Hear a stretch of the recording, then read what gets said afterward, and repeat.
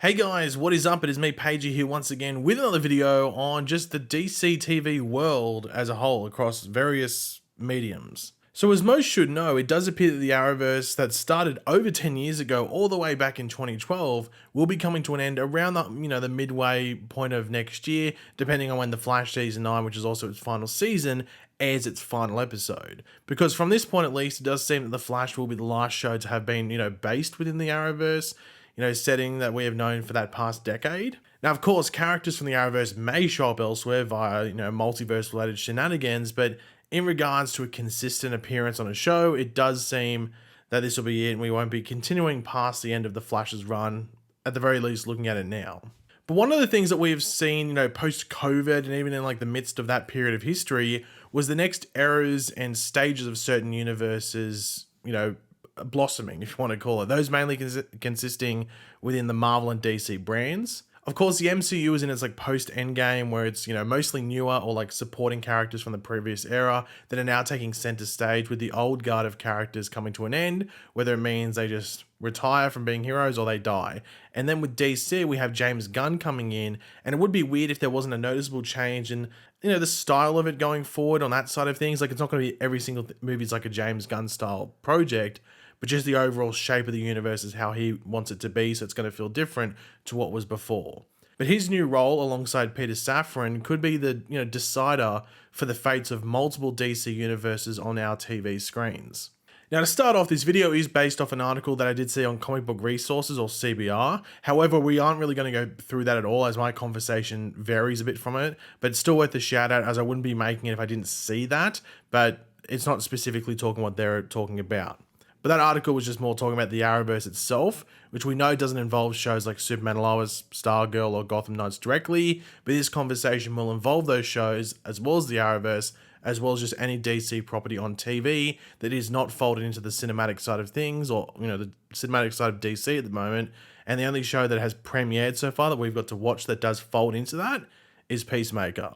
But yeah, at the baseline of it all, there is going to be an interesting choice that happens, maybe not straight away when James Gunn takes over, I think tomorrow, funnily enough, from when this video will come out, but just over the next, year, maybe 2 years, maybe 3 years, as plans and ideas start to roll out into reality.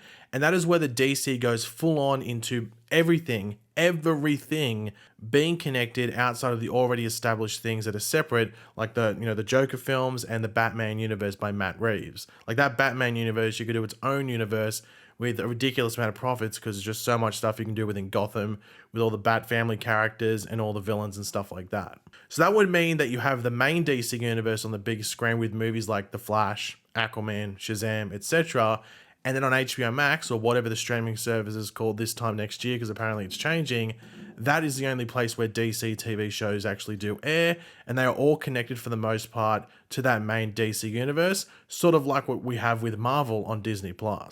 Of course, we know there are things coming to HBO Max, or whatever that streaming service is called, next year, that are connected to the Batman world with shows like Penguin and Arkham Asylum, or that show based in Arkham Asylum. I don't know if it's specifically just called Arkham Asylum, but whatever it is. But those shows like Penguin and Arkham Asylum aren't on their own, like we have with shows like Titans and Doom Patrol and Pennyworth and Dead Boy Detectives and stuff like that at the moment on HBO Max. So what will happen? Are we just going to move to a mostly singularly connected world on both film and TV with DC for the most part? Well, I guess the way you put it is that's just up for James Gunn and Peter Safran to decide. What do they think going to work the best going forward? I mean, some would say that that doesn't necessarily work all the time, especially for Marvel being fully connected across the board, because everything has to sort of fit the same mold. Though I don't know if that is 100% true where everything has to fit the same mold. Marvel goes for things that feel similar, but they still try and be different at the same time. But I think that new Daredevil show that's coming out is end of next year or something could be a deciding factor on most people's opinions on that, whether all the stuff on Disney Plus with Marvel will feel somewhat the same. It just depends on how they attack that one specifically, because it is a previous property from Netflix, and you just know it's not going to feel exactly the same. It's going to be somewhat different, but is it going to be more to the lighter side that we see mostly with Marvel, or is it going to be somewhere in the middle, or maybe even closer to the Netflix show? Who knows? But Gunn and Safran and the others at Warner Brothers that do make the decisions might feel that variety and spreading out projects in different areas across the DC multiverse and different platforms like HBO Max, like network TV, isn't that bad of an idea as long as they don't step on each other's toes, which is a big thing. And that involves, the separated stuff on the film side with Joker, your Batman, and then your main DC universe. You're probably not going to get like a solo Batman movie within the main DC universe because you have that Batman universe in it on its own, which is going to have sequels and stuff and it'll just confuse viewers. So you'd assume Batman's appearances in the main DC universe is in other people's movies like Flash, like a Wonder Woman, like a Black Adam 2 or whatever it might be. But in regards to the TV side of things, with that whole thing, I mean that like a show that might be on the CW, for example, isn't using a character or a similar storyline to something that's being used in a film, or a film connected series on HBO Max. So for example, it could be something maybe like Superman or Lois, for example. They could use a storyline that uses Lex Luthor, but maybe it's very similar to something that's happening in an HBO Max series that is connected to the main DC film universe. So the film universe is going to get precedence and the CW wouldn't be allowed to use that storyline. And this is sort of similar to what prevented like Deathstroke being used past season 2 of Arrow, and why Amanda Waller was killed off on Arrow, and some of the things from other shows in the past of the Arrowverse, which people weren't too happy about. But if there is planning around it, then those issues don't really stand out like they did before. And I think we can understand why certain things wouldn't happen, because they wouldn't be, in the middle of happening on a show and then have to be ripped out, which is pretty much what happened previously.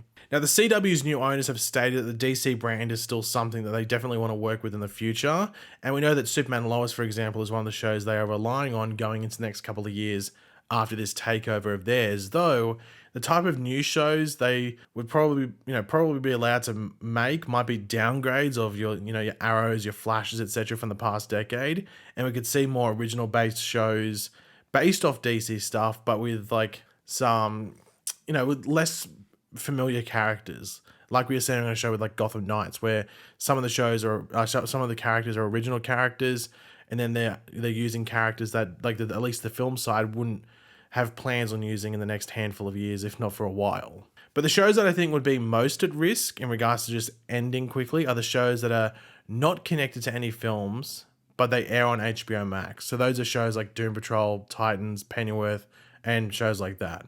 And in a perfect world, if the characters and takes were popular enough, you would just fold them into the movie side of things. However, those shows and worlds they reside in, for the most part, are too well established with major players that already exist on the movie side of things, and it would just be a bit of a stretch to make that work in any way, shape, or form. But that's the thing with this. There are pretty much only two ways that you'd have to think that James Gunn and Peter Safran and all the other decision makers at Warner Brothers that will decide what's going on with this live action DC stuff.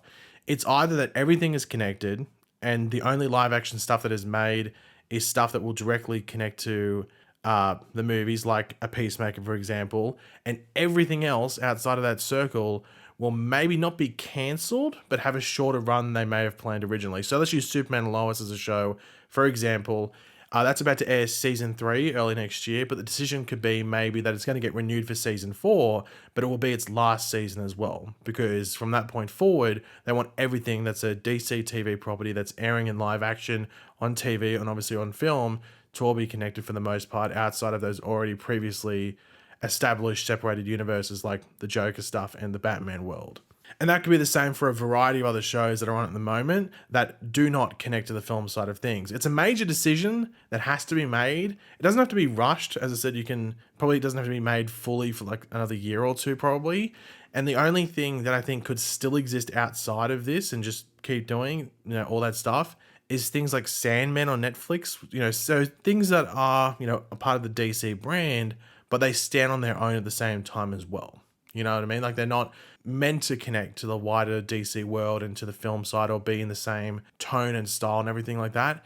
They're intentionally disconnected and they stand on their own stuff. So like that's an example. It doesn't have to just be the Sandman either. It can be other properties that they want to use, like some graphic novels or whatever they might be. Watchmen, for example, if they wanted to adapt the Watchmen comic into a Netflix series, for example, they could do it because it sort of exists outside of that main DC world. But yeah, I'm very intrigued to see what the decision is going to be. As I said, I don't expect it like tomorrow or next week or something. You wouldn't expect it for at least a year at the earliest. But then you might hear some rumblings, or you might even see something in You know, the fact that a show might be coming to an end earlier than you think it would. So that those could be the signs that that's what they're planning to do. But who knows what's going to happen? I wouldn't be able to tell you exactly what's going to happen because I'm not in James Gunn's mind. And also, people might accuse them of trying to copy Marvel. That's the thing. If they do make everything connected on both the HBO Max and movie side of things, be like, oh, you're copying Marvel. It's just like, well, what do you want? Do you want everything to be on different things? So who knows what they're going to do? It's a wait and find out. But yeah, guys, thanks for watching. Hopefully you enjoyed the video. If you did, it'd be awesome if you could drop a like on it to show support. Let me know in the comment section down below your various opinions and everything went over in this video and all that. Very curious to hear what you guys have to say. And of course, if you are new to the channel, make sure to subscribe and I will catch you guys later. Goodbye.